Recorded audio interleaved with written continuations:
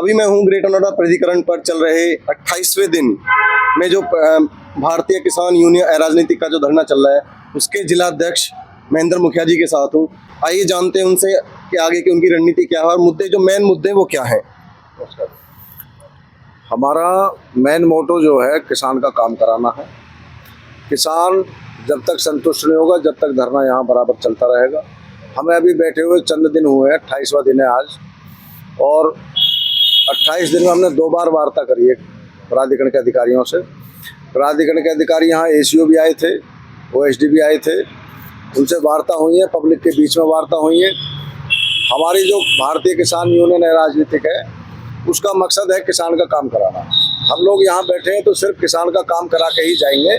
जब तक किसान का काम नहीं तब तक यहाँ से धरना उठेगा नहीं। और प्राधिकरण को मैं एक चेतावनी भी देना चाहता हूँ, आने वाले समय में प्राधिकरण को बहुत ज़बरदस्त भारतीय किसान यूनियन है राजनीतिक का जो दल बल के साथ यहाँ कार्यक्रम होंगे वो सब झेलने पड़ेंगे। और प्राधिकरण के एक अधिकारी ये भी सुन लें कि काम करके ही देना होगा। ये संगठन का इतिहास रहा है आज तक कि जहाँ भी या तो हम बैठते नहीं, अगर हम बैठ गए तो उसके बाद फिर तभी उठेंगे जब संगठन किसान का काम करा देगा।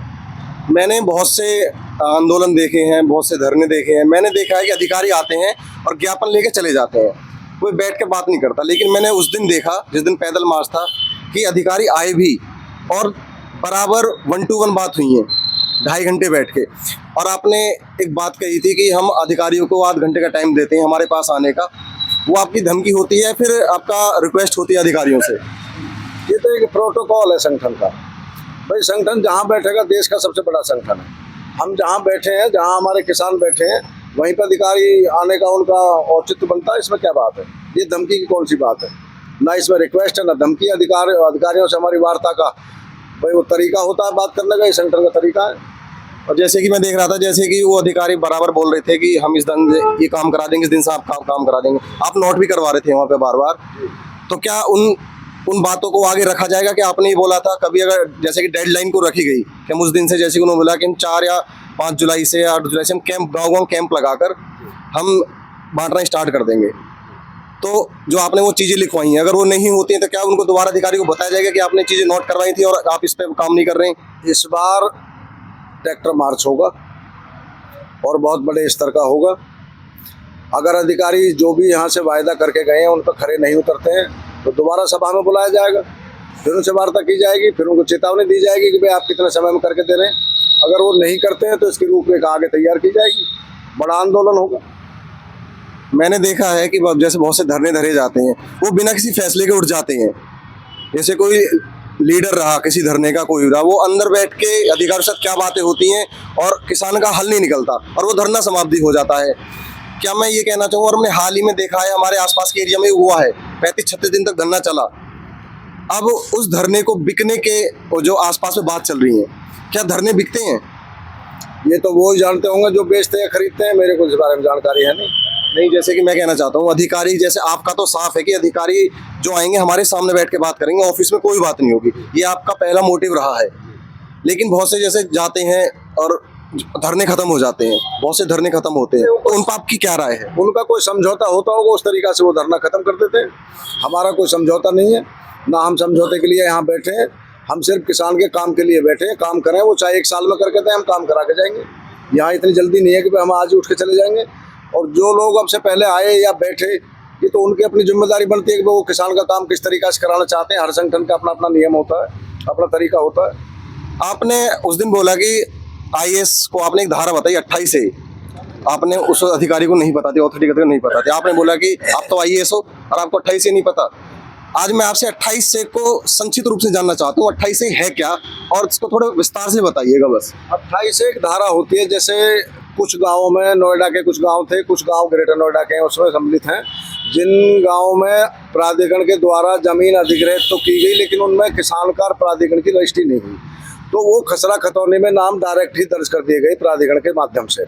तो उस सिस्टम पे आकर के उन गाँवों में जो जमीन गई है, उन गाँव के किसानों को एक लाभ मिलता है सरकार की तरफ से कि भाई पहला मुआवजा तो वो SLO के यहाँ से उठा लें, दूसरा मुआवजा वो सिविल कोर्ट से उठा लें अपील डाल करके, तीसरा वो हाई कोर्ट चले जाए, वहाँ से भी अपनी मंजूरी करा सकते हैं अगर किसान संतुष्ट नहीं है। चौथा, वो सुप्रीम कोर्ट में भी जा सकते हैं, सुप्रीम कोर्ट के आदेश से ले लें। उसके बाद फिर एक धारा बचती है 28A, वो एक पूरे देश में लागू है, और वो लॉ एंड ऑर्डर में ये आता है कि 28 रुपए का उसमें मुआवजा तय हो जाता है। वो 30% उसमें ब्याज और सब्सिडी मिला करके 30% जुड़ता है। उसके माध्यम से फिर अगर किसान समझौता करता है तो प्राधिकरण के अधिकारियों भी ये उसमें समझौता करने में सक्षम है। अगर ये समझौता करना चाहें तो ये समझौता कर सकते हैं, नहीं तो किसान कोर्ट चला जाएगा, कोर्ट से उसका आदेश करा लाएगा। उसके बाद फिर किसान का कोई राइट नहीं बनता कि किसान कहीं भी आकर के अपनी अपील करे या किसान फिर मुआवजे के लिए बैठे। वो एक लास्ट समझौता होता है जो दोनों पक्ष का बैठ के समझौते के आधार पर मुआवजा दिया जाता है। ये 28 धारा होती है। मैं भूमिहीन जो आपने जो कानून बताया है, भूमिहीन ये सरकार द्वारा बनाया गया है या ये भारतीय किसान यूनियन किसानों ने बनाया भूमिहीन? नहीं, भूमिहीन का मतलब है कि जिन लोगों के पास में जमीन नहीं है, जैसे एक गांव यहाँ मान लो, उदाहरण के तौर पे मैं बता रहा हूँ कि कोई भी एक गांव ले लो, उस गांव में 1000 समथिंग लोग रहते हैं, तो उनमें से 200 या 400 लोगों के पास ही जमीन होगी। अब जो लोग जमीन नहीं है, जैसे वो हमारा कुछ जाटव समाज है या और कोई प्रजापति समाज है, बहुत सारे लोगों के पास, ऐसे लोगों के पास जमीन नहीं है, उनको भूमिहीन बोलते हैं। अब उनका हमने मुद्दा उठाया हुआ है कि भाई जो लोग यहाँ पे जब खेती चलती थी, यहाँ कृषि का काम होता था, तो जिन लोगों के पास भूमि नहीं थी वो उस खेती पे निर्भर थे जमींदार के साथ, कि उसके यहाँ वो मजदूरी करते थे, उनके यहाँ काम करते थे, खेती ठेके पे लेते थे, अपना ठेके से खेती करते थे। तो उन लोगों के पास जो अब रोजगार खत्म हो गया, भाई किसान को तो मुआवजा दे दिया प्राधिकरण ने, लेकिन भूमिहीन को ना तो रोजगार दिया, ना उनको कोई बसने का प्लॉट दिया, तो वो लोग कहाँ जाएंगे? ये मुद्दा हमने उठाया हुआ है भूमिहीन का कि भाई इनको 60-60 मीटर का प्लॉट दे दिया जाए प्राधिकरण अपनी नीति के अनुसार। और जब प्राधिकरण कहीं भी बसता है, पूरे ऑल ओवर इंडिया में कहीं भी प्राधिकरण बसता है, तो जो डेवलपमेंट अथॉरिटी होती है, ये उसका राइट बनता है कि जितने लोग वहां रह रहे हैं उनको रोजगार दिया जाए, उनको बसने की व्यवस्था की जाए। ये भूमिहीन का मामला है। तो जैसे अथॉरिटी मान लो अपनी बात पर टिक रहती है, तो आप आंदोलन कब तक चलेगा और कब तक डेडलाइन आती है? हमारी 11 मांग है, 11 की 11 जब तक पूरी नहीं होंगी तब तक हमारा आंदोलन चलता रहेगा। और हमारी कोई भी मांग ऐसी नहीं है जो प्राधिकरण के अधिकारियों को अखरती हो या उनको ऐसा लगता हो कि भाई हम गलत मांग रहे हैं। भूमिहीनों का जो मामला है वो अभी सैनी गांव में वो दे चुके हैं 60-60 मीटर का प्लॉट, तो फिर बाकी गांव के साथ सौतेला व्यवहार क्यों? भाई सबको दिया जाए, अधिकार तो सबका है। देखो, एक तरफ सरकार ये कहती है कि सबका साथ सबका विकास, और अब यहाँ करके दोगला व्यवहार करती है। जब सैनी गांव में प्राधिकरण द्वारा भूमिहीनों को प्लाट दे दिए गए, तो बाकी जो 40 गांव के लोग हैं वो कहाँ जाएंगे? उनको क्यों नहीं दे रहे आप? दूसरा मुद्दा आता है हमारा रोजगार का। इनके बायलॉज में लिखा हुआ है, प्राधिकरण के बायलॉज में, कि जब आप भूमि अधिग्रहण करेंगे तो उस टाइम पे किसान को ये बता के आएंगे कि हम आपके बच्चों के लिए रोजगार पैदा करेंगे, रोजगार देंगे। तो हमने कौन सा 100% रोजगार मांगा इनसे? हम तो 40% मांग रहे हैं। भाई हमारे किसान के जो बच्चे हैं जिनका यहाँ जमीन गई है, उन लोगों को आप 40% रोजगार दो, भूमिहीनों को रोजगार दो। हम इसमें कौन सी गलत मांग रहे हैं जो इनके वो परेशानी वाली बात है प्राधिकरण को? ये तो कभी भी दे सकते हैं, लेकिन ये करना नहीं चाहते। इन्होंने उलझाया हुआ है मामले को। तीसरा है बैकलीज का। बैकलीज का इन्होंने एक नया मुद्दा फंसा दिया है कि जी बैकलीज का पहले पैसा जमा करो, फिर 1 रुपए की गिफ्ट डीड पे हम आपको वापस करेंगे, 90 साल की लीज आपको देंगे, वो भी आपको रेंट में मिलेगी। किसान की जमीन किसान से ली और किसान को रेंट पे दी जा रही है। तो ये प्राधिकरण कौन सा डेवलपमेंट विकास कर रहा है भाई? ये तो सारा विनाश पे बैठ गए सब लोग, किसान के तो ये गला काट रहे हैं। हमने ये मुद्दे उठाए हुए हैं, जो मुद्दे हमारे पब्लिक से जुड़े हुए, जनहित से जुड़े हुए मुद्दे हैं। हम तो अपना अधिकार मांग रहे हैं। हम इसमें इनसे कौन सा यहाँ वो काम कर रहे हैं कि भाई आप हम प्राधिकरण को परेशान कर रहे हैं, डिस्टर्ब कर रहे हैं। वो करना चाहें तो एक दिन में कर दें। यहाँ जो हमारे चेयरमैन साहब हैं, जो हमारे सीईओ साहब हैं, अगर वो प्रस्ताव भेजे शासन को तो शासन इसे हफ्ता भर में करके भेज देगा, इसमें कौन सी बड़ी बात है। लेकिन इन्होंने उलझाया हुआ है। जब आपसे पहले भी किसानों ने मुद्दे उठाए तो उस पर भी इन्होंने हाई पावर कमेटी बना दी। हाई पावर कमेटी ने अभी 4 महीने में रिपोर्ट तक नहीं भेजी। क्यों नहीं भेजी?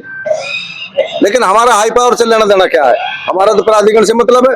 प्राधिकरण शासन से कराए, आदरणीय मुख्यमंत्री जी से कराए, यहाँ अपना सीईओ साहब करें, हमें उससे क्या मतलब है? हमें तो किसान का काम चाहिए, हमें काम चाहिए, काम दीजिए आप ला करके। भाई हम किसान के लिए तो बैठे हैं, हमें किसान का काम नहीं होगा तो फिर हमारा क्या महत्व है उस चीज का? और ना हम बिकने वाले, ना हम धरना बिकने देंगे। सारी दुनिया जोर लगा ले, ये संगठन देश का स्पेशल संगठन है। यहाँ सारे ईमानदार सच्चे लोग बसते हैं, और ये किसान भारतीय किसान यूनियन अराजनीतिक, ना इसमें राजनीतिक लोगों की जरूरत है, ना किसी पार्टी की जरूरत है, ना किसी बीजेपी, ना किसी कांग्रेस, ना किसी समाजवादी के नेताओं की यहाँ आवश्यकता है। ये संगठन अपने आप में सक्षम है सारे काम कराने के लिए। चलो, ये तो भविष्य के गृह में रहेगा। ऑथोरिटी प्राधिकरण अपनी बातों पर ही रहता है, फिर किसान जब तक डटे रहेंगे जब तक 11 की 11 मांग पूरी नहीं हो जाती। ये देखने वाली बात है। जय हिंद, जय भारत।